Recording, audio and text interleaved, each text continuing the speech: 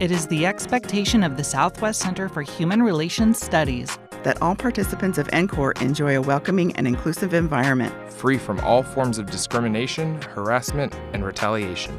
NCORE is committed to fostering an atmosphere that encourages the free expression and exchange of ideas. In pursuit of that ideal, NCORE is committed to the promotion of equality of opportunity and treatment for all NCORE participants and NCORE-sponsored events, regardless of gender, identity or expression, race, color, national or ethnic origin, religion or religious belief, age, marital status, sexual orientation, immigration status, disabilities, veteran status, or body size. Start the conversation.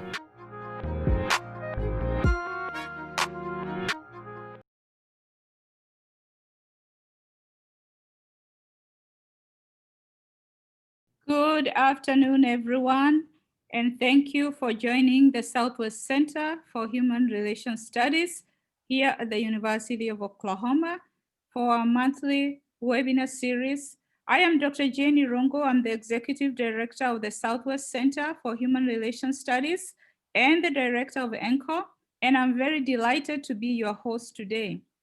For those joining us for the first time, NCORE offers 2 webinars per month on the first and last Wednesday.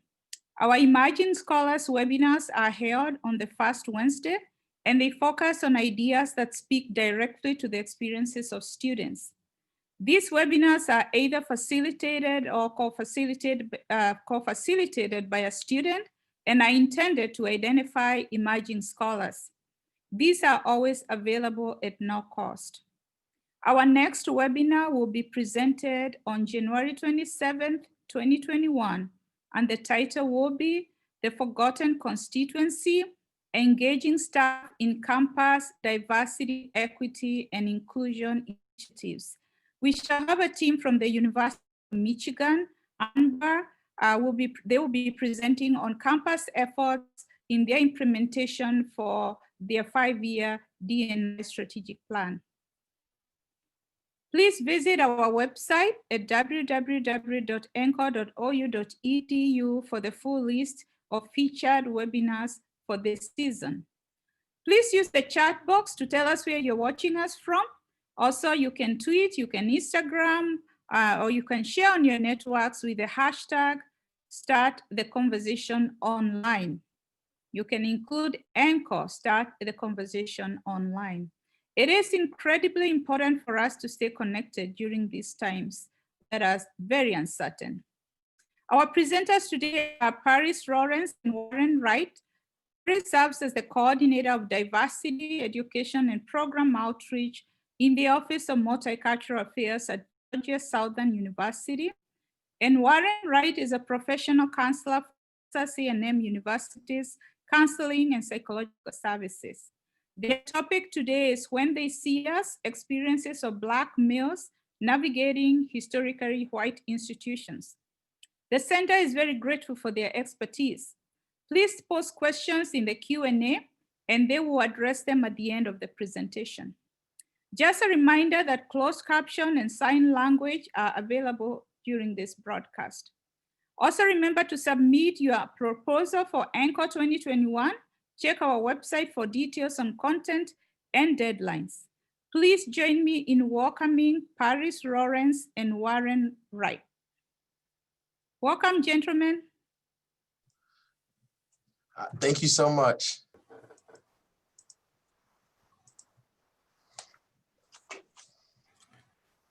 So welcome again to our presentation titled When They See Us, Experiences of Black Males Navigating Historically White Institutions. My name is Warren Wright, and I just want to say that I'm beyond honored and grateful for this presentation and also to be invited to exchange some ideas and to share some knowledge with you all. I'm so thankful that you all who are attending this webinar now had the intention on learning more about how you can support Black men in higher education. And so thank you for that. And hello, everyone. My name is Paris Lawrence. I use he, him pronouns. I'm also just as excited for y'all to be here and to hear this presentation. Extremely grateful to be able to be here alongside you all to share this great information. So I hope you all enjoy, stay engaged with us, and we're looking forward to the questions at the end with you all. So we wanted to start off our presentation with the land acknowledgement. Again, just giving honor to the land in which we inhabit. Again, my name is Warren Wright, and the land on which I inhabit is currently known as Bryan College Station, Texas, but is physically situated in the original ancestral homelands of the Sana and Takawa people. And this land on which I, Paris Lawrence, inhabit is currently known as Statesboro, Georgia, but is physically situated in the original ancestral homelands of the Muskogee Creek Nation, specifically the Yamasee people. We pay respect to the Muskogee Creek Nation, Sana, Takawa, and Yamasee peoples, past, present, and future, and their continuing presence in the homeland and throughout their historical diaspora. And further, we respectfully acknowledge the enslaved people, primarily of African descent, who provided exploited labor on which this country was built with little to no recognition. Today, we are indebted to their labor and the labor of many Black and brown bodies that continue to work in the shadows for our collective benefit. We really wanted to just make sure that we added this part as well, because as educators, it's so incumbent upon us to understand, appreciate, and celebrate the people who have made it possible for us to learn and educate in this space.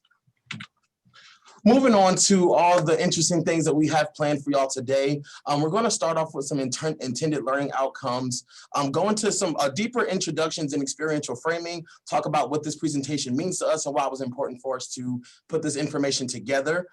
We have a brief activity centering voices that will center the voices of Black men in this presentation. And then from there, we're going to talk a little bit about the theoretical frameworks that helped us guide this presentation, and then jump right into the content, one distinguishing why we decided to talk about historically white institutions, delve into the experiences of Black males and how these institutions contribute to, and the experiences at these institutions contribute to racial battle fatigue. If we have time, we'll do a breakout activity, and then we're going to wrap up with some discussion, strategies, and considerations.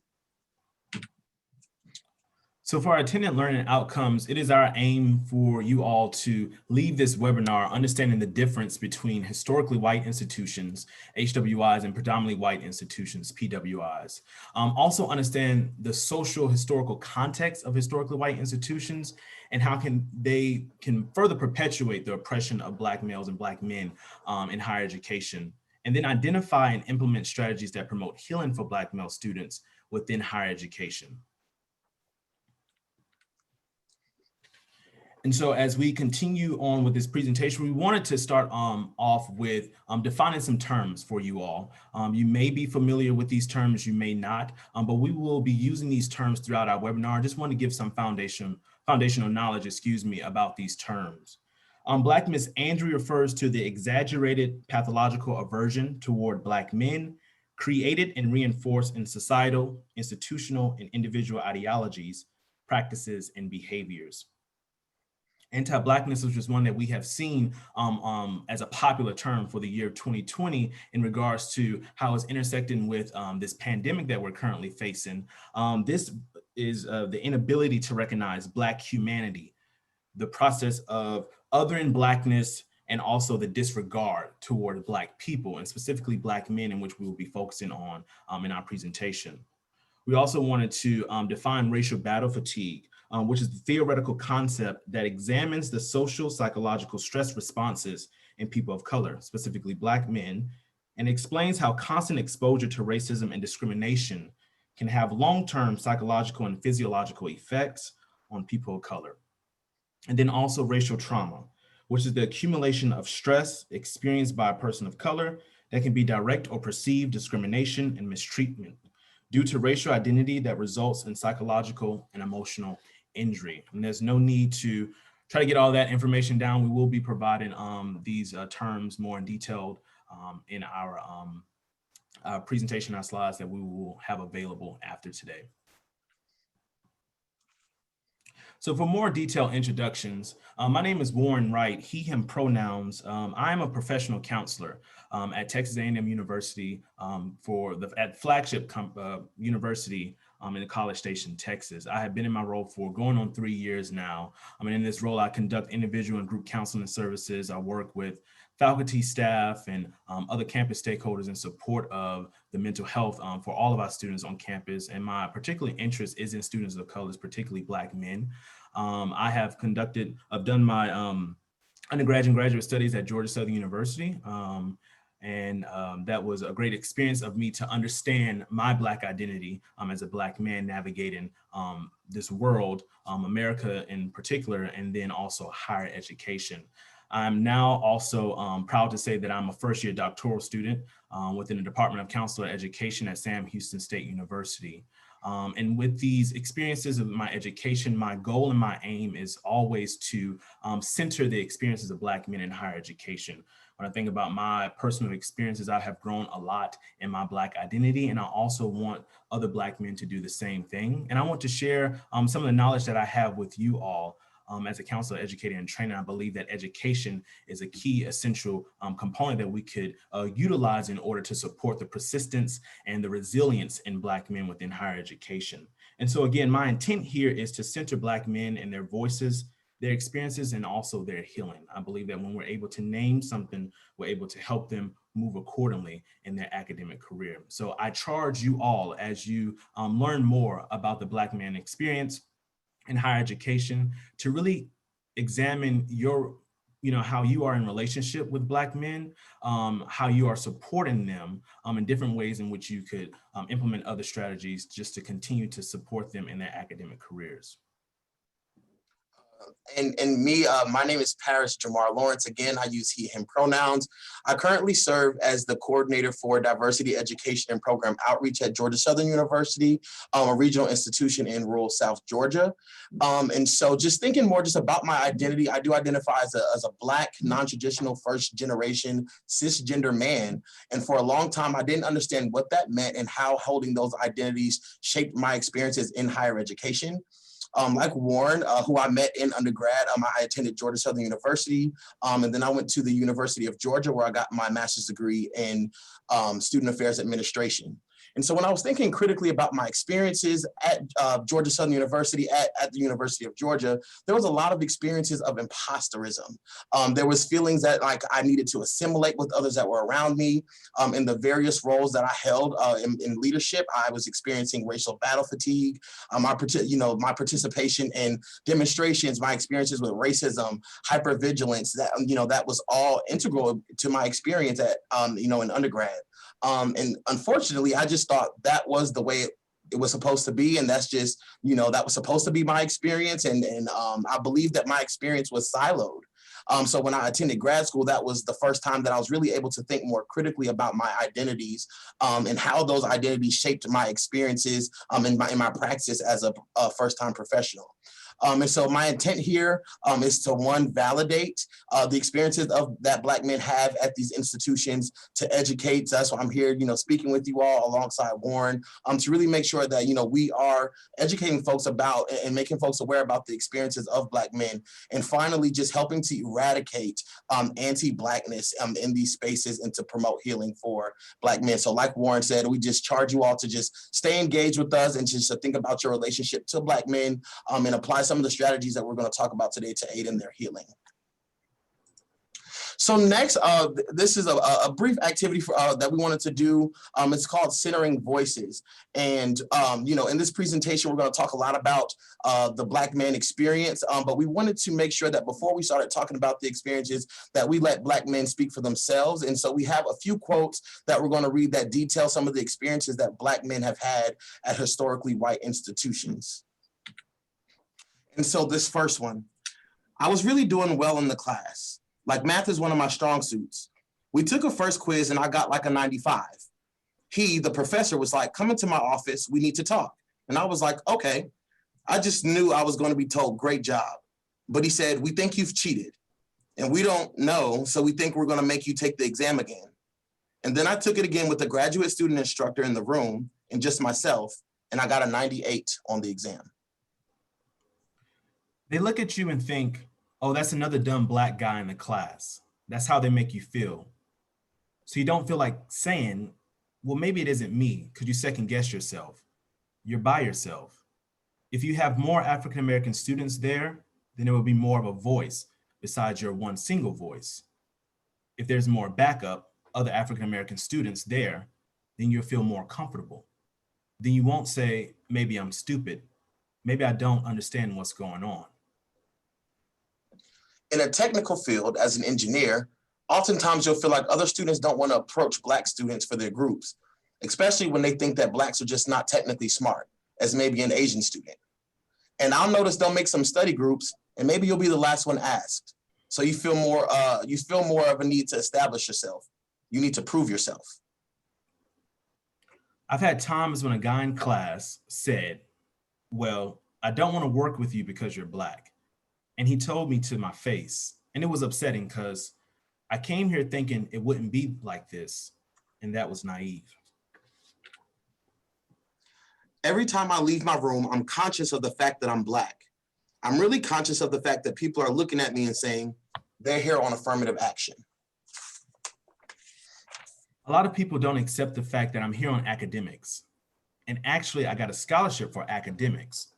All of my scholarships were in academics, and they were not in sports. I was in the department building and I was walking down the hallway and one of my teacher's doors was open. She was like, oh, I should have locked my door. My purse is in there. I was just thinking to myself, wow, maybe she should have kept that to herself or something. Like, oh, I reminded you that you were supposed to lock your door? Last time we went to the library to study, obviously it's finals time.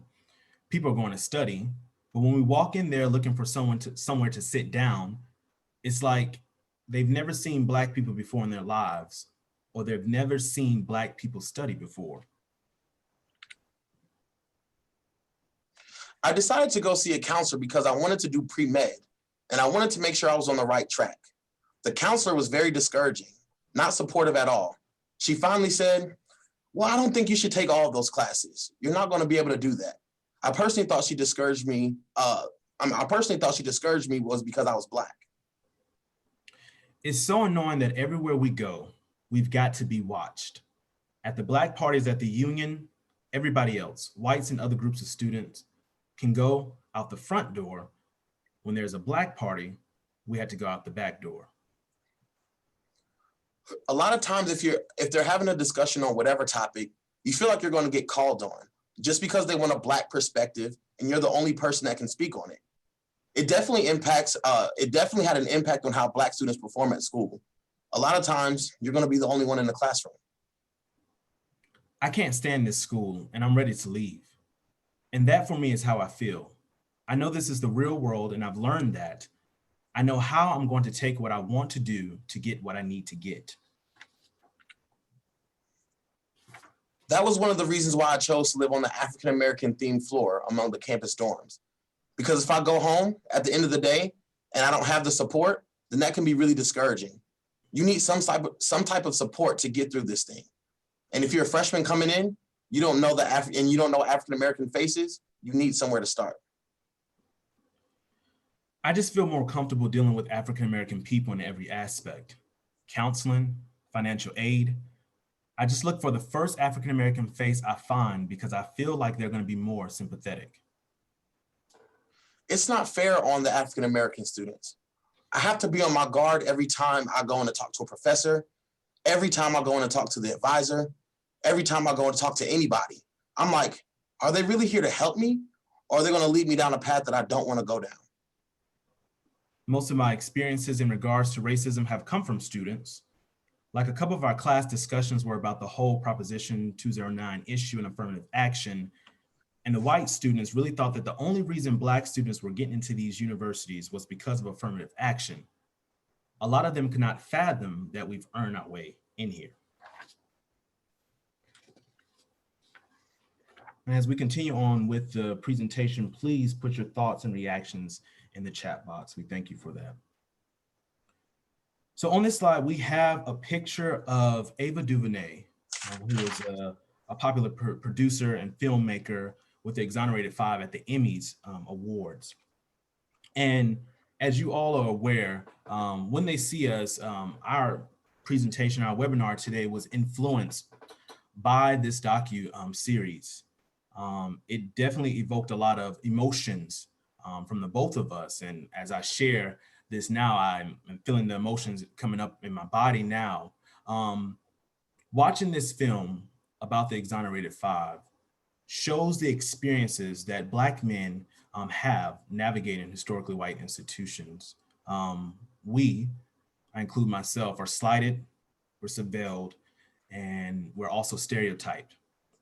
I've dealt with that undergraduate and graduate studies in certain spaces outside of campus, on campus by other students.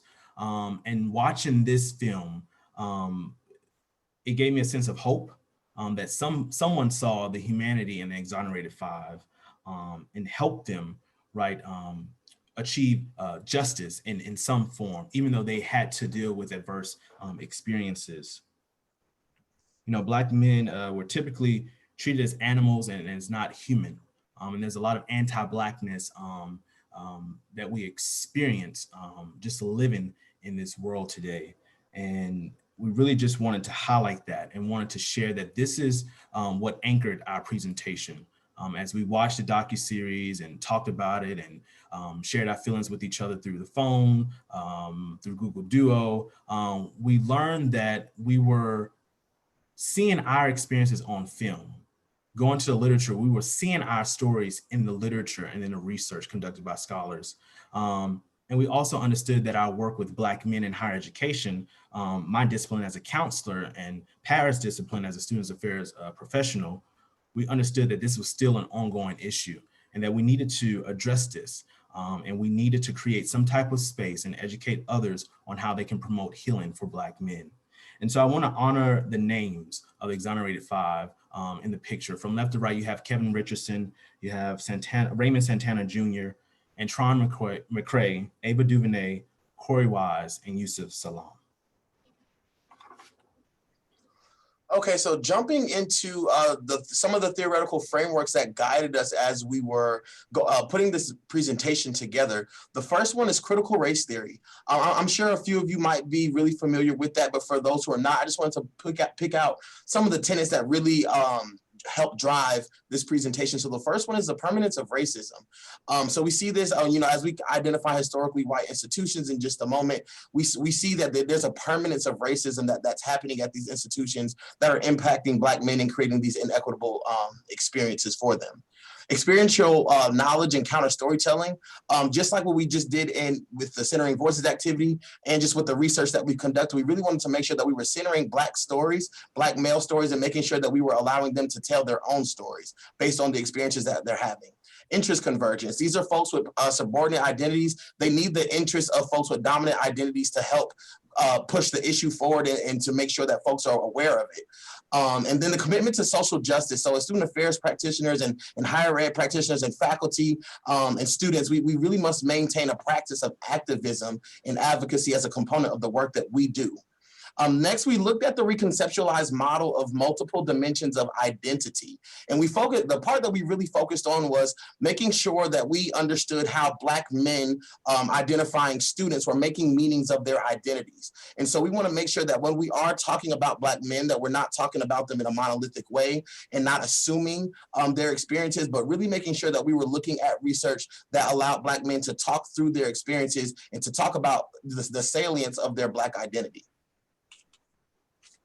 And then we also wanted to pull tenets from racial battle fatigue. Now, this is a theoretical concept and framework created by Dr. William A. Smith at the University of Utah that really focuses on and examining the stress responses in Black men as they experience constant racism discrimination in the forms of micro and macro aggressions, right? And talks about how constant exposure, again, to these microaggressions, this discrimination, anti-Blackness takes a toll on them emotionally. Right. And so that's what we wanted to pull from. Also wanted to pull from the Black Lives Matter movement, which focuses on the liberation, justice, and affirming humanity for Black people. We cannot say Black Lives Matter without including Black men in this presentation today.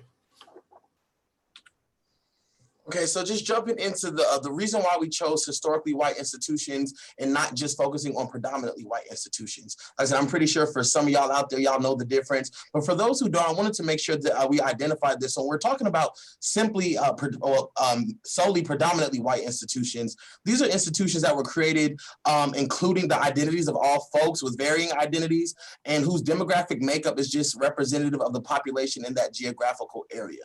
But when we're talking about historically white institutions specifically, these are institutions that mirror colonial and settler institutions that were created for the advancement of elite cisgender white men solely.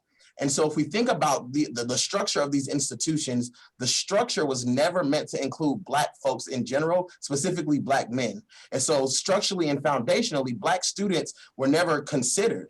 And so when we're thinking about historically white institutions, they represent racial climates that are replete with gendered racism. And so that's going into that Black misandry, block opportunities, and something called mundane extreme environmental stress. And these predominantly white spaces are prime context for producing racial battle fatigue for Black men. There's also this notion of Afro-pessimism. And so dating back to colonial times, this is a concept that speaks to the fact that Black people exist in a structurally antagonistic relationship with humanity. So this is that notion that Black folks, we can't even be othered because we're looked at as something other than human, that's subhuman. And so just talking about how anti-Blackness is rooted in all of that, that's the very antithesis of a human subject. And so that means that, at these institutions, the needs of Black men are constantly overlooked because they're being viewed as othered and subhuman. And so these systems create experiences that perpetuate Black misandry and create hostile environments for them, and it's absolutely exclusive. And so when we talk about exclusive, we wanted to make sure that we just quickly added this in here just so we can visualize what this looks like. And so as y'all can see here in this graphic, with why we're striving for inclusion and why these conversations are important. When you see the inclusion graphic, you see that those marbles that are different colors, those are representing Black men with varying identities. They're able to move around freely, and they're able to be successful and celebrated for the identities that they're holding. But as we see in these other graphics, this is what we unfortunately see a lot of times at these historically white institutions. We see assimilation, where Black men feel like they have to take on the identities of the predominant culture there just to be successful and just to get by. We see exclusion. This is where Black men are being pushed to the side and not being included in anything that's going on. We see segregation. This is when Black men aren't even allowed to really be inside of these circles, inside of these spaces, and they're having to operate on the outside. And finally, integration. This is sometimes where folks get confused with inclusion and integration. As you can see here in this graphic, with integration, those marbles are representing Black men being in the space, but they're still being siloed and having to be grouped together because they're not being celebrated, understood, and able to be free and successful like in that inclusion circle. And so when we're talking about inclusion, it's that involvement and empowerment where the inherent worth and dignity of all people, specifically Black men, are being recognized. And we just have to recognize the fact that, when we're not actively including Black men, we're actively excluding them. So before we talk through more of the nuanced experiences of Black men at these historically white institutions, we wanted to add this graphic in here because we wanted to unpack diversity and identity by looking at various dimensions and how that impacts our relationships with Black men on campus. And so as y'all can see here in this graphic, that middle circle, that's the core of who we are. So this is the essence of your likes, your dislikes, your values, your beliefs, your thinking styles. It's essentially what makes you you. We look next at this internal dimension, and this is this internal dimension of identity and diversity. And these are the aspects of our diversity or our identity that's usually seen to be unalterable or very difficult to change, but they are extremely powerful in their effect. And so when we look at these dimensions, age, gender, orientation, physical ability, and specifically right here in this conversation, race and ethnicity, these are the most common and most visible of the dimensions of our diversity. And these are the parts of our identity that we don't have any control over, and that, this is on every application that we complete in life. And this is, how we make assumptions and how we make our judgments when we're thinking about folks. That next dimension is our external or secondary dimension. And these aspects of our identity are important in shaping us, but we have some measure of control over them. So this is geographic location, income, personal and recreational habits, religion, educational background, appearance, marital and parental status. And so these are the less visible aspects of our identity, and they're not easily apparent. And these, like I said, these are the ones that we have some control over. So this layer often determines in part who we develop friendships with, what we do for work, and it also tells us who we like to be around, the decisions we make when we're engaging with folks, when we're hiring folks, in promotions as well. The last dimension of our identity is called the organizational dimension. And as y'all can see here, there's aspects like work location, seniority, division or department, functional level, class level, management status. We rarely invite folks to share these aspects of our identity because they're often deemed to be less important. But this layer concerns the aspects of culture that are found in the work setting. And so when we usually have these conversations about identity and diversity, we focus on the internal dimension, but issues of preferential treatment, opportunities for development and promotion are impacted by this layer. And it's really important. The reason why we wanted to add this in here is because understanding these layers of diversity and identity is important because they help us understand who we are, how we view other people, and how we interact with other people, specifically Black men. And so things that we want y'all to think of and just throw in the chat box is, think about what communities that you identify with and how does that perspective impact the way that you engage with and support Black men. Now talking specifically about the experiences that Black men are having at these historically white institutions. The first one, lack of representation. And so, Black men are in these spaces and on the student level, so this is in the dorms, this is in the classrooms, faculty and staff, they're not seeing folks who look like them.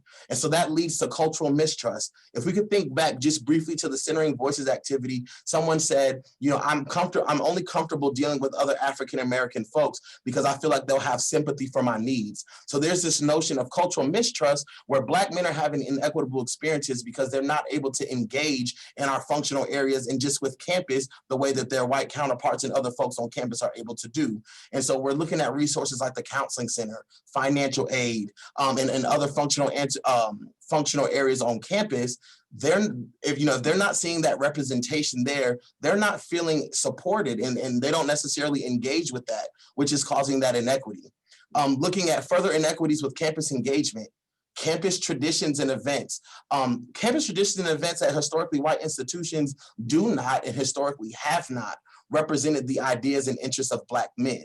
And so when we're thinking about that structural concept that we talked about a little earlier, this was always, when we're thinking about the history of these institutions and these traditions, right, they were historically excluding Black men from all of that. And so Black men are having inequitable experiences when they're engaging in some of these traditions and events that's impacting their sense of belonging on campus. When we're talking about campus symbolism, building names, specifically talking about schools in the South, there's Confederate statues on campus. That's impacting the experiences that Black men and other folks of color are having on campus. When we're looking at roles on campus, we're thinking about folks who are working grounds, custodial staff, dining staff, seeing a plethora of folks of color, specifically Black men in these roles, further perpetuate the notion that that's the role that Black men play at these institutions.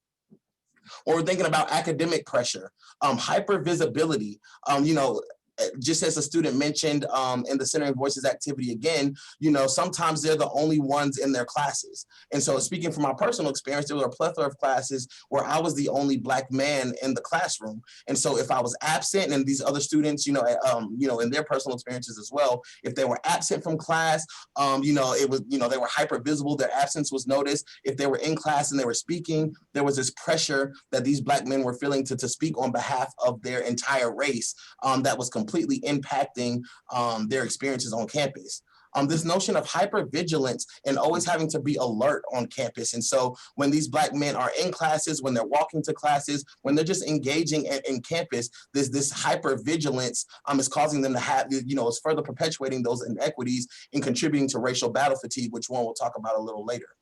And so when we look at all this and how it's compounded, and so lack of representation, the cultural mistrust, inequitable experiences with campus engagement, and this academic pressure, it all leads to imposterism. And now Black men are on these campuses feeling like, maybe I don't belong here. When they can't engage with campus and it impacts their sense of belonging, they're having these feelings that maybe they should not be in these spaces altogether. Warren spoke briefly about, the themes that we pulled from the docuseries When They See Us. And those themes were stereotyped, slighted, and surveilled. And so we wanted to make sure that we defined some of the, defined stereotype first, and then talked about the trajectory that holding stereotypes against Black men can lead and how that can impact their experiences on campus. And so denotatively, a stereotype is an exaggerated or oversimplified belief, image, or distorted truth about a person or a group of people. It's this overgeneralized picture of a person or group of people. And so, sometimes folks like to think of stereotypes, as harmless, but most often than not, these are negative stereotypes that are based completely on generalizations. And so even when you have this, these positive, quote unquote, positive stereotypes like Black men are good at sports, or Black men are they can dance, or just other things like that. These are still inaccurate stereotypes that are based on this notion that all folks who identify that way act that way. And so when we think about these stereotypes, they're based on images and mass media, or reputations that are passed on from parents, peers, and other members of society. When you hold on to that stereotype, it leads into a bias. And so again, denotatively, a bias is a prejudice in favor of or against one thing, person, or group compared with another, usually in a way that's considered to be unfair. But for this presentation, we really want to focus on that second part that says attitudes and behaviors that are based on the stereotypes of people. And so people use stereotypes to develop these biases. And so, and even though they use the stereotypes, holding these biases can also come from fear, misunderstanding, and hatred. There's also this notion of an unconscious bias.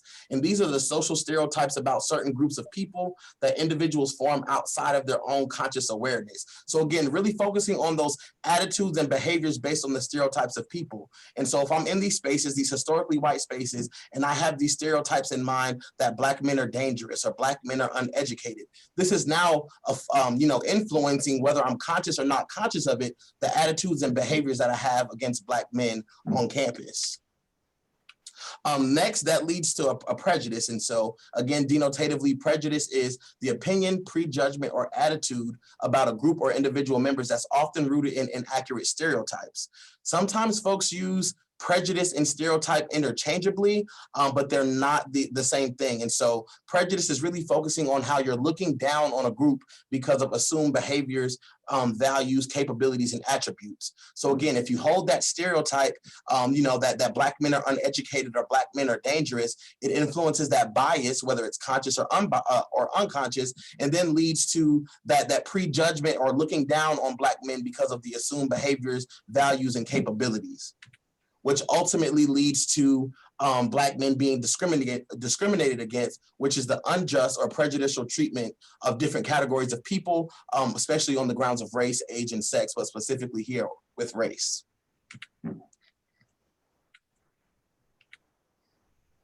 And now we want to talk about slighted and how discrimination moves into hate speech and microaggressions that Black men are experiencing at these historically white institutions. Hate speech, as we define, is the abusive or threatening speech or writing that expresses prejudice against a particular group, especially on the basis of race, religion, or sexual orientation. This hate speech has been on the rise, and then there's been an increase in anti-Black rhetoric, again, really due to the social political climate. We also want to take in what's going on in the Black men's social environment and how that also impacts them, the things that they are receiving from media, the things that they're receiving from their classmates, peers, and other people in their surrounding. And then when we think about microaggressions, this is the everyday verbal, nonverbal, slight snubs and insults that are communicated, right, to Black men in certain spaces, especially racially hostile environments and spaces, that it begins to take an impact on their emotional well-being, right? And so when you're thinking about the Center and Voices activity that we started our webinar off with, this is some of the things that they were experiencing, microaggressions, right? That leads to that racial battle fatigue, which we get into shortly. Microaggressions, is broken up into three different levels or three different types. Micro assault, this is what we would label as the old-fashioned racism. This is more overt and intentional, right? Saying you people, all Black men, something like that, and verbally slighting them, insulting them in certain spaces that we inhabit with them. Micro insult. This is when Black students are not serviced in a timely manner. If they go to the dining hall or something like that, and they're waiting in line longer than non-Black students. This is typically an example of a micro insult. Also, policies that try to force Black men to present themselves a certain way. Something that I think about as a micro insult is when I used to be younger and I would have to dress a certain way in order to be admitted into a restaurant or into a space, right? I had to fit a certain image in order to be served. That was a micro insult. And then micro invalidation is about believing stereotypes and acting accordingly. If you believe that Black men are threatening or scary, then what you would do is you would clutch your purse or you would walk on the opposite side of a hallway, etc. This is forced assimilation and also gaslighting, or telling a Black men that they are pulling the race card, or that they're being too sensitive to something that they perceive as racism. Again, leading into their experiences of being further discriminated against and adding on to that racial battle fatigue. The next slide focuses on being surveilled. And so when you think about the exonerated five and their experiences from when they see us, and some of the experiences that were in the Center and Voices activity earlier, a lot of this is about surveillance. There's this hyper surveillance of the Black man and also the Black body in America and also in historically white institutions. And one of them is policing, right? And when you think about policing, my first thought goes to people who are sworn to protect us and the American people. But I also think about policing as if other people who think that this is their job to control where the Black body inhabits, to control their space, to control their time and their energy, policing to see what they're doing at all times. Are they up to no good? You don't belong here, right? That hyper surveillance piece. Heightened security and police presence at different events. Paris and I are part of a Black Greek letter organization, and something that we talked about in our conversations about how there was heightened security of police at certain events that Black Greek letter organizations put on or hosted, and how you notice that and always wonder why there's so many police here compared to more of a white hosted event on campus. Also presence in various campus locations, right? Really questioning what they're doing there, if they really belong. Again, increasing this sense of othering, disregard to their well-being, and them feeling isolated and forced out. Again, because people feel like they have to surveil the Black body or the Black men on campus. Something else that I'm just that's coming to me now is, remember when I was preparing for a step show in college, and how we had to leave a facility in order to continue training to prepare for our performance. And the police was called on us as a group of Black men in a park practicing for a presentation, how we had to leave that space. Again, just being surveilled everywhere we go. And the demonstrations is something college campuses we've seen is that there has to be some type of committee or some type of task force in order to surveil and to police Black students when they are protesting against racial injustice that's happening in America and on college campuses today. So when you're thinking about stereotyped, slighted, and surveilled, this is what increases racial battle fatigue and how it can manifest in Black men and Black males on campus. And so for me as a mental health counselor, when I'm working particularly with Black men, also all students of color, because this relates to their experience as well, but particularly in Black men, I'm looking for these different key features, right? As I'm doing an initial assessment, as I'm working with them ongoing for counseling, there's this extreme fatigue that Black men experience, right? Even when they may say that they get the typical 7 to 8 hours of sleep per night, when they are in certain spaces, they feel this sluggishness, they feel this tiredness where they don't know where it's come from, right? It's sudden, or feel like they don't have the motivation in order to do something because they just feel tired all the time. That's something to pay attention to.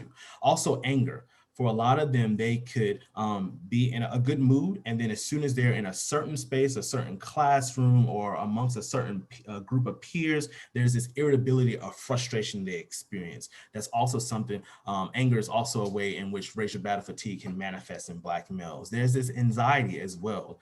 Am I good enough? Or, will I be attacked? Will I have to be spotlighted in this class in order to speak for my people? What if I, don't say the right thing, right? There's this excessive worrying that they also experience. Something else that I'm noticing when reading the literature of racial trauma and working with Black men is that sometimes they may not have the language for what they are experiencing, right? But racial battle fatigue can show up in the body, right? And so I particularly tell students to pay attention to that, right? Where's this ache coming from? When did you notice when it began for you, right? Because it can be headaches, it can be physical pains, tension in the shoulders, clenching the jaw, grinding the teeth at night, right? Physical manifestations of racial battle fatigue. Then you go into the intrusive thoughts, right? This is the thought of, what if someone hurts me? What if I'm in the wrong place at the wrong time? Something happens to my family members, my friends who are also of the Black community, and images that they may experience, experiences of them, being harmed, getting shot, anything like that. This is another way in which racial battle fatigue can manifest in Black males. Something that's also important is the changes in appetite, which I've been seeing a lot of, especially when students are stressed, right? And so they can be a decrease in appetite or feeling nauseous, and also can be an increase where they are eating more in order to deal with the stress that they are experiencing in these racially hostile environments. There's also the difficulty concentrating, whether that be in class, listening to a professor's lecture, especially with the pandemic, that's increased as well, right? Because their learning environment has changed. It also can be difficult. They also can experience difficulty concentrating when they're back home or trying to complete homework and thinking about a perceived experience where they were racially profiled or discriminated against because of their race. Then there's an inability to sleep, right? Inability to fall asleep, and also the inability to stay asleep at night. This is something that I've noticed for myself, where I begin to have issues with my sleep, with what was going on, especially this year in 2020, and really for years, where Black men were being killed on the streets. People's apartments were being broken into and they were harmed in their own apartments. And so something that I do, now just leading into the hypervigilance is making sure I double check my doors to make sure I am safe before I go to sleep. Racial battle fatigue can also manifest in Black men as elevated blood pressure, right, which leads to hypertension. If there's a lot of inflammation in the body, that can also lead to other chronic illnesses, right? That makes them susceptible to the COVID-19 virus and other chronic illnesses, right? Heart disease, stroke, etc. Then there's a loss of self-confidence. For Black men, if you do not affirm their experience, affirm the perceived discrimination that they felt like they experienced, right, you're adding on to that racial trauma, you're adding on to that gaslighting effect that they experienced already, right? And so if they cannot prove that this has happened to them, that they begin to internalize that shame. They begin to internalize that self-doubt, as if no one is listening to me, no one is really hearing me or seeing me. Again, the hypervigilance piece, making sure they're protected, watching, how much space they take up in certain environments, their movements as well. We're talking to police or university police officers, etc. Then there's also the social withdrawal piece, where, if you are working with Black men, especially in higher education or in any work setting or any, space, if you notice that Black men are typically engaged, extroverted, or they do a certain activity, have a certain routine weekly or daily, and then you notice that they're withdrawn from their friends, their family members, their partners, that's something to pay attention to as well, right? Because they may be doing it in order to keep themselves safe of being emotionally harmed again. And then there's this hopelessness piece where Black men feel that nothing will change, nothing will get better for them. And I really wanted to highlight that hopelessness piece because in my work, as well as a counselor, I'm a part of the Office of Suicide Awareness Prevention, where we do suicide awareness prevention trainings in order to normalize the the information and content around suicide. Hopelessness is the psychological state that college students, typically between the ages of 18 and 24 years old, are in before they attempt or die by suicide. Right. And so that's something that we need to pay attention to. And I'm not saying that every Black man that faces discrimination is going to be hopeless and going to attempt suicide, but that does increase their risk. And research does show that racial discrimination is positively correlated with suicide ideation, and that is on the rise in the Black African-American youth, 15 to 24, and also in the Black population, specifically impacting Black men. When we think about contributing factors to racial battle fatigue, when we started this presentation and begin to, create its content, the pandemic did not even happen yet. The presidential election and all that stuff did not happen yet either. But as you can see, these are contributing factors to racial battle fatigue that Black men can experience. At the top left picture is a sign of stop police brutality. When we see another Black man being killed by a police officer or by a vigilante, someone who's policing them and not minding their business, right? That creates a sense of fear in us, hypervigilance, anxiety, PTSD-like symptoms, right? Where we're more alert. There's a lot of anxiety, there's a lot of grief that we experience, and again, impacting our emotional well-being and our capacity to just go on. The top right corner picture shows voting booths. And so again, something that I've seen in my work as a counselor is this increase in anxiety and depression around what's going to happen with who is voted in, who is voted out, etc. Something else that I want to shine a light on is also when we think about administration in these historically white institutions, what are their goals in supporting Black men when we talk about recruitment and retention rates and talk about academic success, excellence for Black men. There typically is this agenda for all students of color, but nothing specifically for the healing, the recruitment and retention of Black men. That's something that we also should pay attention to.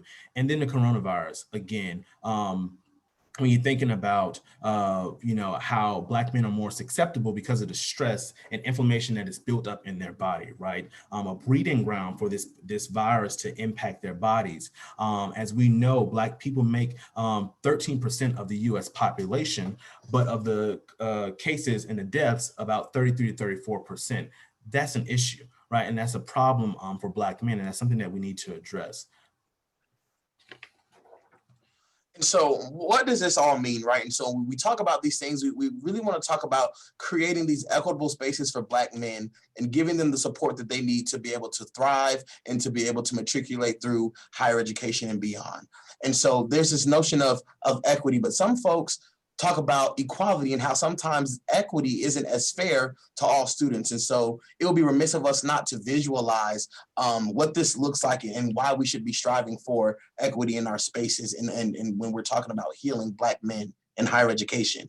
And so what we see here first in this picture to the left is you see three folks standing on a box, right? And so when we're talking about equality, this is the assumption that everyone is benefiting from the same support. And so thinking about equal treatment. But as we can all see here, the first person who's standing on the box, they're able to enjoy this soccer game that they're watching.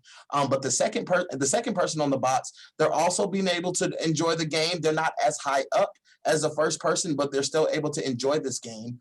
And the third person that's standing on this box, unfortunately, is not able to see anything. But this notion that everybody benefits from the same support is false because, like I said, as we can see, that third person who has the same type of support as everyone else, they're not benefiting and they're not able to see the game. And so that's why we're striving for equity right now in our spaces. And so equity speaks to everyone getting the support that they need, this concept of affirmative action, right? And so as we see in the second picture, the first person didn't need a box to stand up and watch the game at all, right? So they're able to just stand there fully and enjoy the game. That second person still needed one box to fully support them to enjoy the game as well. But when we look at that third person needed two boxes to stand up to be able to enjoy the game. And sometimes there's this notion that when you are, when you're creating these equitable opportunities and equitable spaces, that you're somehow advancing one group of people over the next. But as we can see here illustrated in this picture, The first person, the second person, and the third person are all on the same level with their varying levels of support. So specifically when we're talking about Black men needing extra support to make sure that we're not, that they're not in spaces that's contributing to racial battle fatigue, racial trauma, and that's full of anti-Blackness, we're not necessarily trying to put them in front of anyone, but we just want to make sure that their environments are conducive for them to be just as successful as folks who aren't experiencing that. And oftentimes when we have this conversation, folks like to stop right at equity. And they want to say, well, we're going to strive to continue to make our spaces equitable, and that's it. But that's not what we want to strive for in the long term. And so as you can see here in this third picture, all three folks can be, they're able to watch this game without support and accommodation because the causes of the inequity was addressed and the systemic barrier has been removed. And so when we're talking about historically white institutions and how the structure of these institutions always excluded Black folks, specifically Black men, once we address that inequity and once we remove and restructure some of these spaces, there won't necessarily need to be a plethora of conversations about how to make the spaces more equitable. Once you address the systemic barriers that are impacting Black men on campus, they will be able to thrive and be just as successful as their counterparts.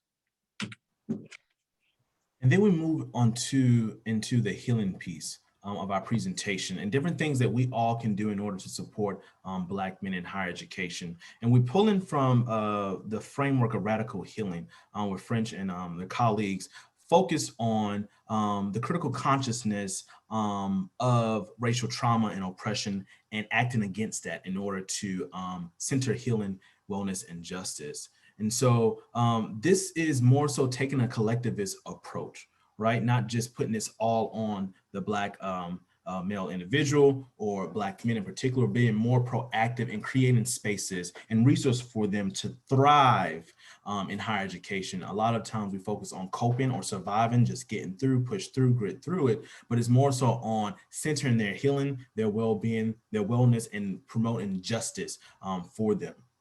And so one thing that in which we can do really is to find social support for them or be that social support for them, right? Again, something that I want you all to think about and examine is yourself. What are you doing, right? When you are in relationship with Black men to support their healing, to support in supporting them, because that is essential to healing if we're using a community type based approach to their healing.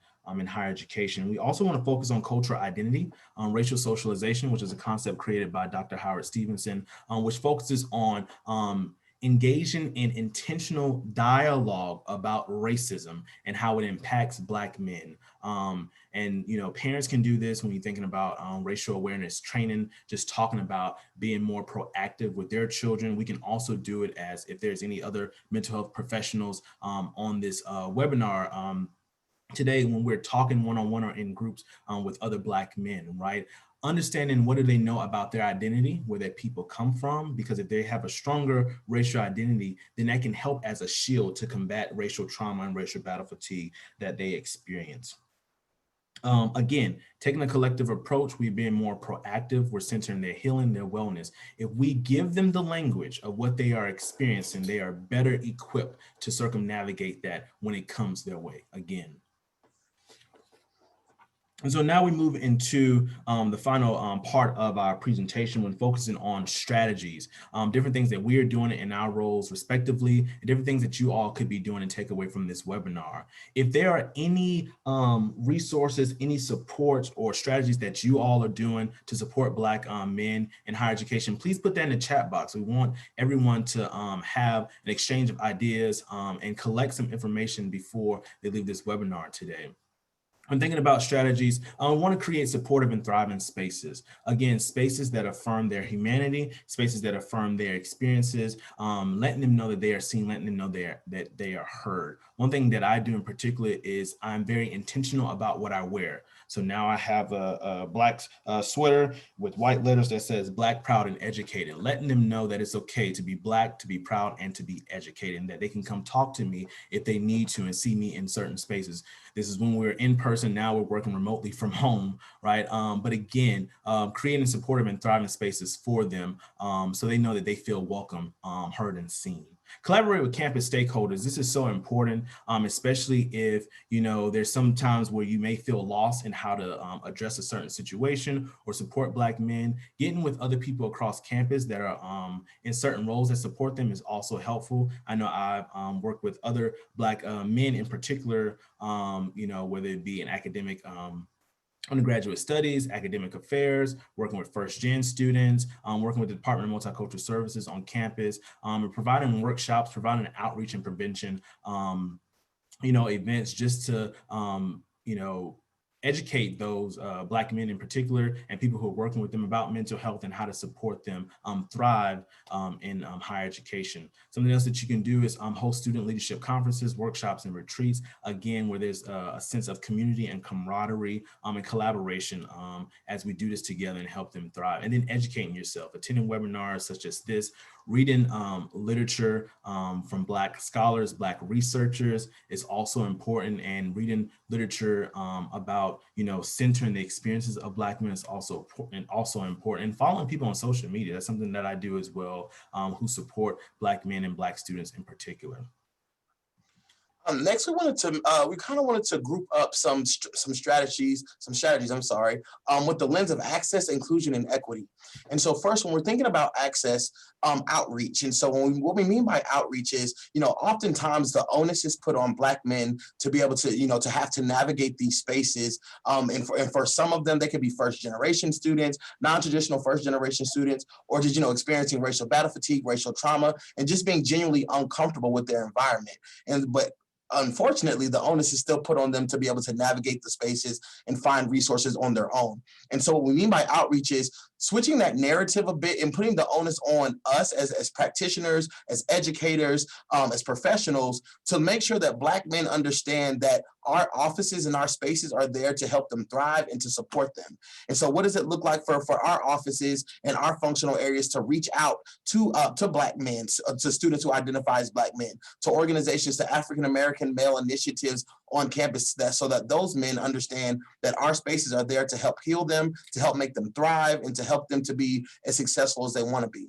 Also, just critically examining our spaces. And so earlier we talked about campus symbolism. And so just when we're looking at our spaces, our offices, our departments, our divisions, what symbols are we sending to Black men to let them know that, our spaces are here to help them heal, to help them thrive, and to help them be successful? What's hanging up in our offices? What's hanging up in our spaces? And is that helping Black men to feel more welcome in our spaces?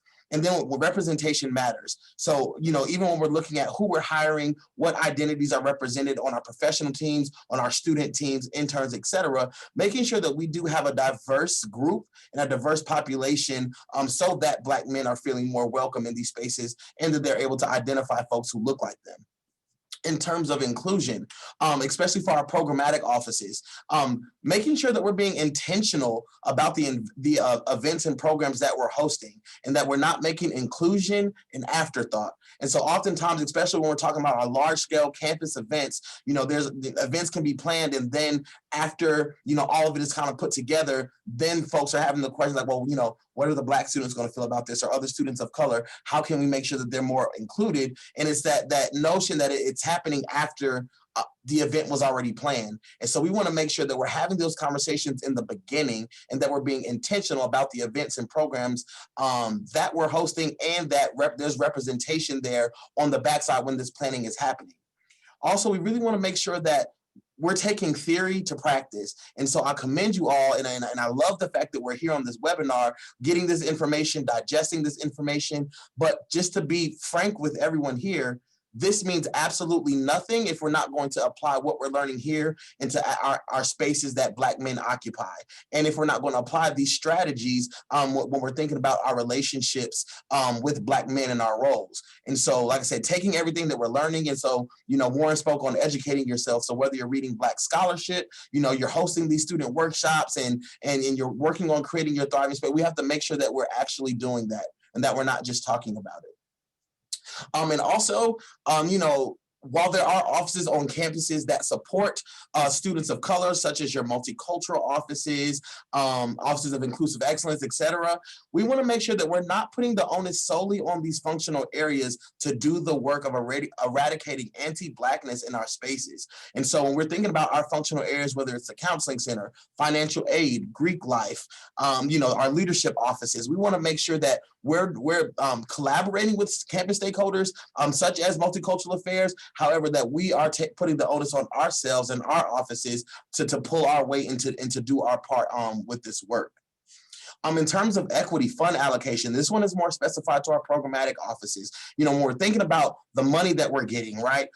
How much of that money or how much of these funds are we allocating to specifically help and heal Black men? And so that's something that, when we're doing our budgets and we're talking about events that we want to do, it's okay to have targeted events, that will really help Black men to feel more comfortable, to help them thrive and to aid them in their matriculation in these higher education, historically white institutions. And don't anticipate needs. And so again, that, thinking back to the Centering Voices activity, thinking about the tenets of critical race theory and that counter storytelling, we want to make sure that we're putting the onus, we're giving Black men space to talk about their experiences and to talk about what they need. And so I know a great thing that we love to do and is extremely beneficial is we like to benchmark and look at what other schools are doing. And sometimes that's really great, but we really want to make sure that we're focusing on the demographics on our campus because, of course, being Black and like a multitude of identities, it's not monolithic, right? And so it's working on one campus might not fit the demographic of Black men that are on our campuses. And so we want to make sure that we're not anticipating their needs and we're giving them the space to voice exactly what they need from us to be successful in our spaces. And finally, we want to make sure that we're focusing on what we can do.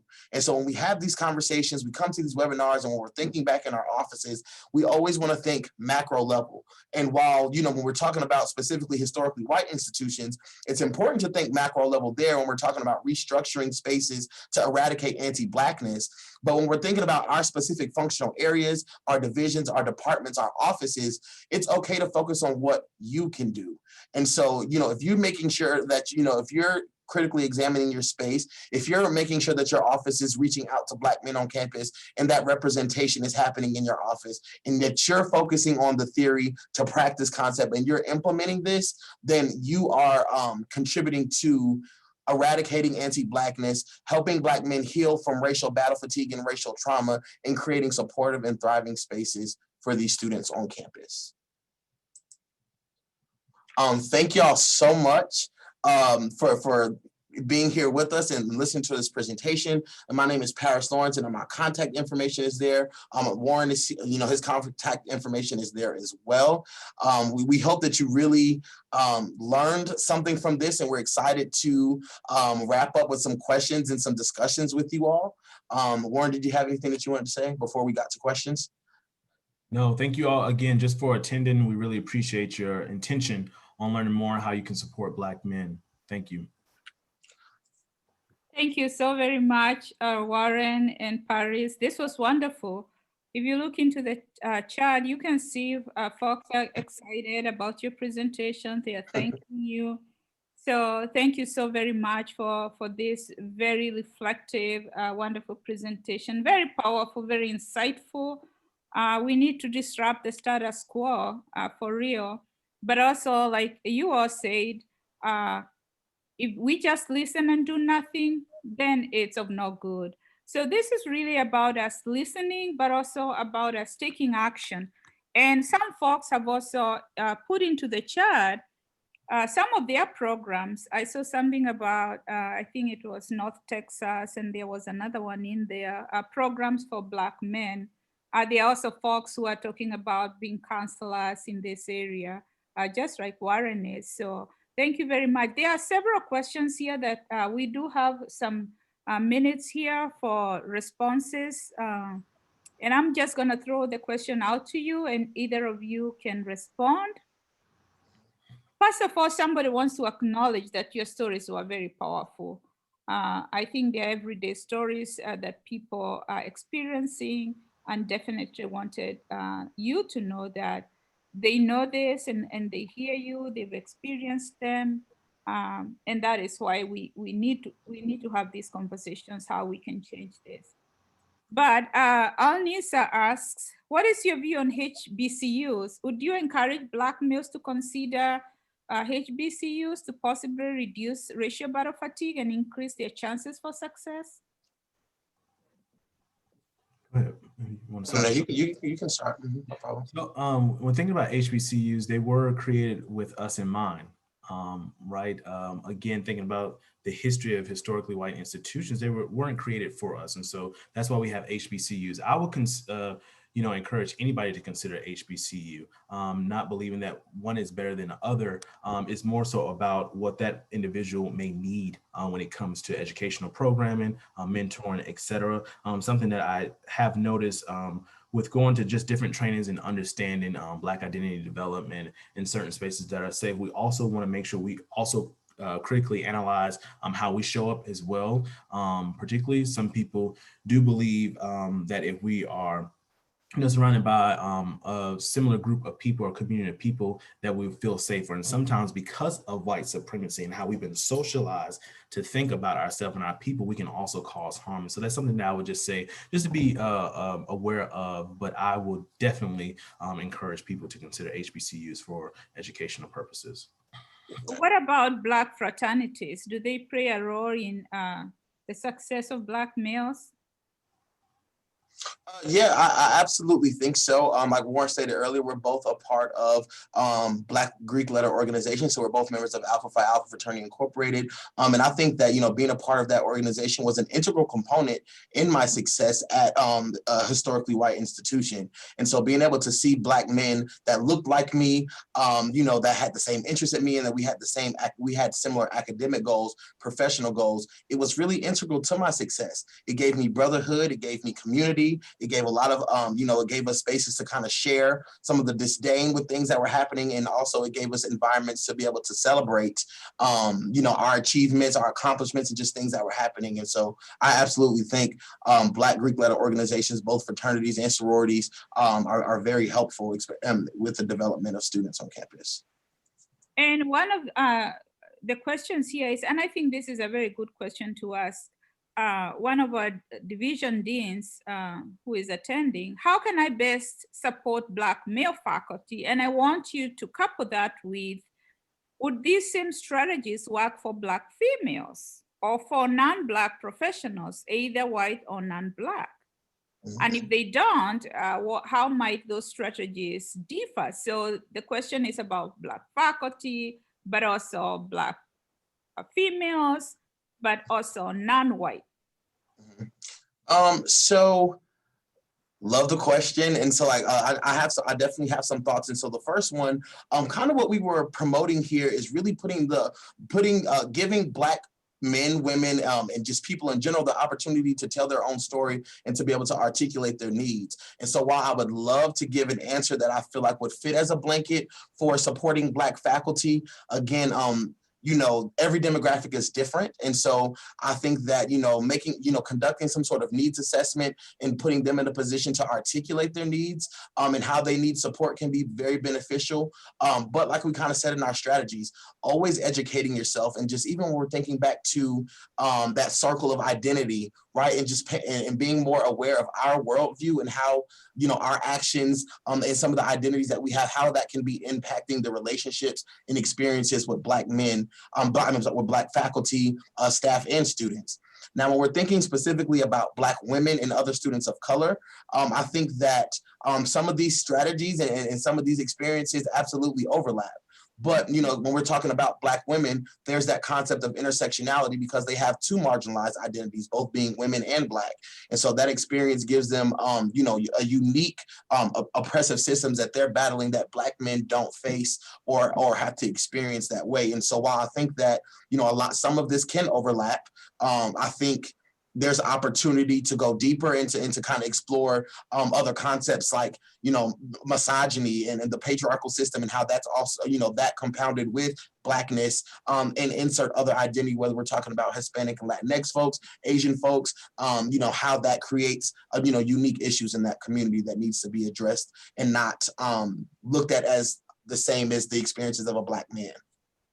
Very good answer, Paris. But I also want to add this, that if you're here and you're a faculty member or you're an administrator, I think you should be thinking about your faculty and staff as well.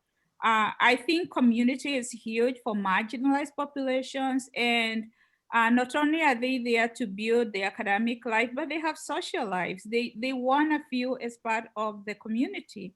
And as the presenter said, it's about inclusion. If you're not creating inclusion through your faculty and staff resource groups and other ways to support junior faculty of color, I mean, then they will feel marginalized. So just chipping in there. I wanna go to Gina, and she's saying, our Black colleagues who fill the necessary role of Black men and women as role models fall victim to RBF. As white folks, we can be allies and also co-conspirators, but we are still not people of color role models are needed by students of color. Any suggestions for how white folks can support our colleagues of color? Something that I would suggest is, again, giving them the space to let others know what they need. I think sometimes we can fall into this fix-it mentality, or sometimes coming to the rescue, right? Instead of asking them what it is that they need, and letting them create those spaces for themselves, right? If they invite you in, right, to say, hey, I need some help, then maybe taking a step in and sharing that space with them. But for me, I think, just with my department, we have an affinity group space for all the Black people that work in our office. And so that has been helpful as well. And also, I think what they can do is influence policy if they have that power and privilege as well, when it comes to hiring practices, tenure for faculty, and et cetera, and recruiting other people of color in these institutions. Mm-hmm. I also have thoughts there. So I'm super glad you asked that question, because, I stand firmly on the belief that this is white people's work as well. And so, sometimes I think there is an onus on Black people to fix problems that they did not create. Mm-hmm. And so when we're thinking about issues of anti-Blackness and the contributing factors to racial battle fatigue and racial trauma, these aren't things that Black people are doing for themselves. And so I think that first step, for folks who want to practice allyship, mainly white folks, is to just, one, be aware of how, with the space they're taking up, and how they might be contributing to racial battle fatigue, how they might be contributing to racial trauma to Black faculty, staff, and students. And so, and then when you kind of are having those conversations, don't necessarily always lean on don't always put that pressure on Black faculty, staff, and students to fix those problems. And so, you have those conversations with your white counterparts. You have those, making sure that you're advocating for anti-Blackness. Advocating for the eradication of anti-Blackness in your spaces. You taking that initiative and taking some of the work off of your colleagues of color. In other words, we are saying educate yourself. We are saying take the initiative, because maybe I shouldn't say this, but I'm gonna say, you cannot oppress and then look forward to the oppressor to undo the oppression. I mean, we all have to work together. We all have to work together. So great answer there. What sorts of policies and practices do we need to adjust for equity and justice? For example, grading and assessment strategies. I can read that again. What sorts of policies and practices do we need to adjust for equity and justice? And this person wants maybe examples in assessment. How do you assess equity and justice? How do you assess we are making progress? That's how I'm reading it. That's a great question. And like I said, again, I just think it just differs from location from campus to campus. But I think the first one is just assessing the climate of your campus. And like, you can't focus on, we can't just jump straight to solutions without looking at the very individualized issues that are happening on our campuses. And so something like a campus climate survey, or something where you're actually hearing from your Black faculty, staff, and students with very specific questions about, their perceptions of the policies and procedures that, are impacting them on campus. and then looking at that data to strategically put together some solution-based policies and procedures to sort of, eradicate that and to overcome that. Agreed. Go ahead, Warren. I was going to say something that just coming up for me as y'all were talking is, don't collect information and just sit on it. Actually implement, what you are collecting. Because I think that sometimes there seems to be this pattern of, we want to do these surveys, we want to engage and understand people's experiences, and then it's like, what do we do with it, right? And also, if you don't know what to do with it, ask someone and get some help, and don't just sit on that information. Exactly. And I also want to go back to that needs assessment. Have you assessed what your needs are? What are you fixing? And even if you're trying to fix something, what is the outcome that you're looking for? When I talk to schools and when I do workshops, I'm always asking, show me your plan. What is your plan? What are the outcomes you want? And then you can work backwards to see what strategies will work for your campus, because every campus is very unique. Some of our issues may be similar, but our environments can be very complicated and very complex. So don't just throw in events, throw in, busy work, but you don't really know what you want to achieve. So great answer there, gentlemen. And we have a few more here.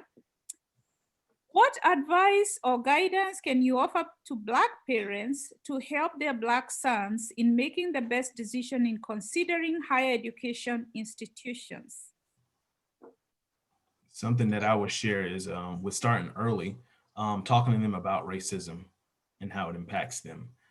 Critically examining the history of different institutions and different spaces that they could utilize if they were to pursue a certain institution. I would agree with that. Just, making sure that they're doing research on the institution, like Warren said, and making sure they're aware of those resources, and not just professional resources, but social resources for them as well. Like I know here at Georgia Southern University, and just in all public institutions in Georgia, there's African-American male initiatives like Men of Vision and Excellence and things like that they can be a part of. Looking at just any sources of support on campus, even if we're looking at our functional areas on campus, like our counseling center, are there Black men on staff? Are there, can you pre-identify some folks that you might be able to reach out to before entering those spaces, or like before applying to that school or accepting the offer? Or accepting I agree. And I can also add, history is very important. Don't wait until you go to college to learn the history of your state or the history of the United States. The more you get informed, the more you understand why folks are protesting, why folks are fighting, why folks want to disrupt the status quo. Educate yourself about your history. Violet asks, can you return to the land acknowledgement?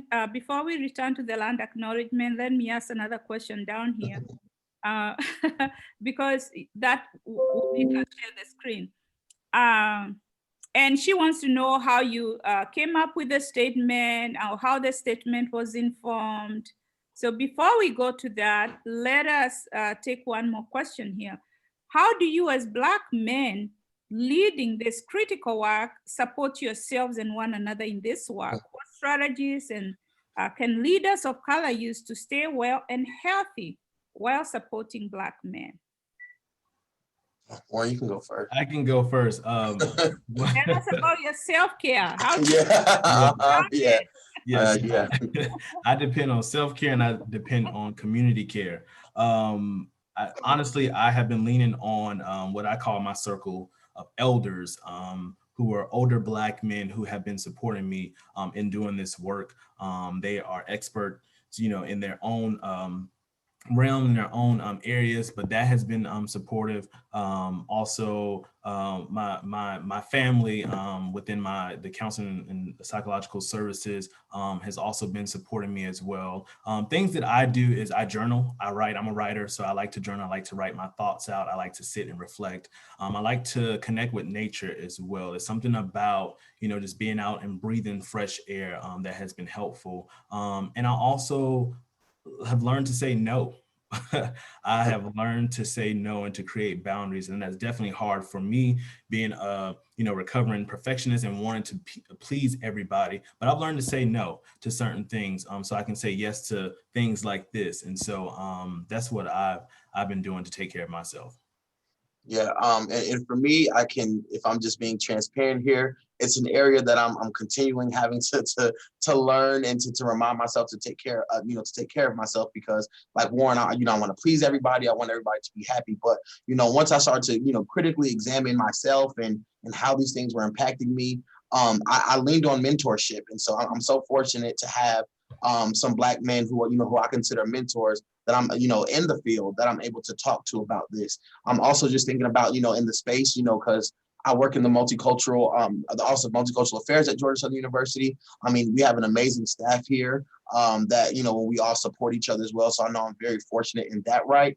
But it's, like Warren said, it's important to learn your boundaries and learn, what you can be a part of and what you don't have the capacity to do, which like I said, I'm still learning.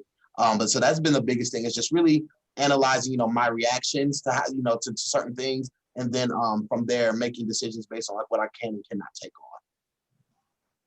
So we have talked so much about community, how we need to support Black males, how we need to get into the affinity groups. But Melissa is asking, what suggestions do you have for recruiting Black men into the ERG, employee resource groups, affinity groups, focusing on mental health and work-life balance? There is a cultural stigma against acknowledging such vulnerabilities. You froze up a bit. Yeah, it broke up just a little bit on my end. Can you repeat that for us? What suggestions do you have for recruiting Black men into the ERGs, the employee resource groups, focusing on mental health, work-life balance, when there is a cultural stigma against acknowledging such vulnerabilities? Most, in cultures, in some cultures, there's a stigma attached to mental health. And folks don't want to, go see a counselor, for example. How do you encourage these groups that work on these issues or supporting these issues for Black males? Yeah, something that I've observed in my work as a counselor is testimonials have been helpful. So if I am to work with another Black man, on campus, or to go speak to a group of them, them coming in, we're doing, individual work or group work, and then them going to tell their friends has been helpful in order to break that stigma. Also, something that's been helpful for me, and if there's other counselors on the call, thinking about how we can decolonize our thinking of mental health as well, because sometimes we can further perpetuate that oppression when working with other Black men. And so really, for me, I work on my language and not saying like things like Black market or Black Friday or something like that, which disregards Blackness and makes it seem as if it's, dark, evil, or anything like that. I'm also thinking about affirming their experiences, so not gaslighting them and different things like that. When you're thinking about recruitment and helping them kind of break that stigma of overworking themselves, really talking about how that overworking themselves is a form of perfectionism, which I believe is where we have the John Henryism of, actively working and overworking ourselves in order to prove, right, that we're not dangerous, that we're smart enough, that we're not a criminal. And understanding by naming that, we can begin to work on healing from those different things that we experience and how we engage in these systems that are not for us. So we have talked about white allies and how they need to support, educate themselves, be co-conspirators and such. But Christopher is asking, what about Black administrators who are advising Black male students and organizations and clubs? Are there any recommendations you have for us in terms of finding resources or connecting with other outside administrators engaging in this work to further develop best practices? Yeah, absolutely. I think, I know I've kind of been saying this for a few answers, but just, I think the first thing is, as we all know, no identity group is monolithic, right? And so we just want to make sure that, we're being mindful of intersecting identities and understanding that, Black men, you're working with Black men with varying other, identities that they might need specialized resources for. And so really just making sure that, when you're working with them, that you're asking really intentional questions and you're giving them the space to really talk about what they need. You're doing, there's some intentionality when you're listening. If they, because like Warren said earlier in the presentation, sometimes they don't have the language to articulate what they're really trying to say. And so you just making sure that you're doing that work on the back end so that you're able to pick up some identifiers and suggest some resources that they might not even know exist for them. Mm-hmm. So do not dismiss, try to be an active listener, some empathy, perspective taking. And finally, I want us to address Violet's question about the indigenous land statement. And somebody has actually said something that I like. To do a land acknowledgement, that's what Gina is saying, you can find which indigenous people's land was stolen by colonialists by going to nativeland.ca. So know your history, know the history of your state, what land your institution is standing on, who are the original peoples of those lands, speak to the elders in your state. Here in Oklahoma, we have 39 federally recognized tribes. We connect with each of every one of these tribes. We talk to them. So you really have to know your history, but also please work with the elders in your local spaces. Don't just write a statement and throw it together out there. You need to work together with them. Some institutions do have land acknowledged statements, some don't, but it's always a great way to start these conversations, but by acknowledging the original inhabitants of these lands. You have any final thoughts, Warren or Paris? We have about a couple of minutes. There are other questions we are not going to be able to get to, but this tells you how wonderful this presentation was. So if you could just give 30 seconds, final thoughts, and then I'll close. Yeah, just wanted to say, just thank y'all so much for being engaged with us. Thank you so much for your questions. We enjoyed it. We enjoyed having the opportunity. So thank you, NCORE, to just be able to be here and speak. If there's one thing I want y'all to take away, just remember the theory to practice. Take what you learned here and really think critically about how you can implement this to help heal Black men and to help create thriving spaces. Yes, just to echo what my brother has shared. I thank you all again for just having an intention on learning. And like he said, just really putting this and implementing this information, not just collecting it and saying, oh, I went to this webinar, right, to meet something for a work assignment or class assignment, et cetera, right? But really caring and being proactive in supporting Black men as they navigate higher education settings. Thank you. And I will say it is theory to action. I like that. And I will also say that it has been so wonderful having the two of you here, sharing your journey, your experiences, not only from what you read from the book, but what you have lived. So calling upon everybody that it is time to shake the status quo. It is time for us to act. These webinars are meant to educate, but also it's a call to action. I want to thank everybody for attending today. We want to thank you for working with the National Conference on Race and Ethnicity in American Higher Education. We are stationed at the University of Oklahoma, Norman campus. And I would like for Paris and Warren to maybe say what their email address is quickly or put it down. Kathy, you can put that in the chat.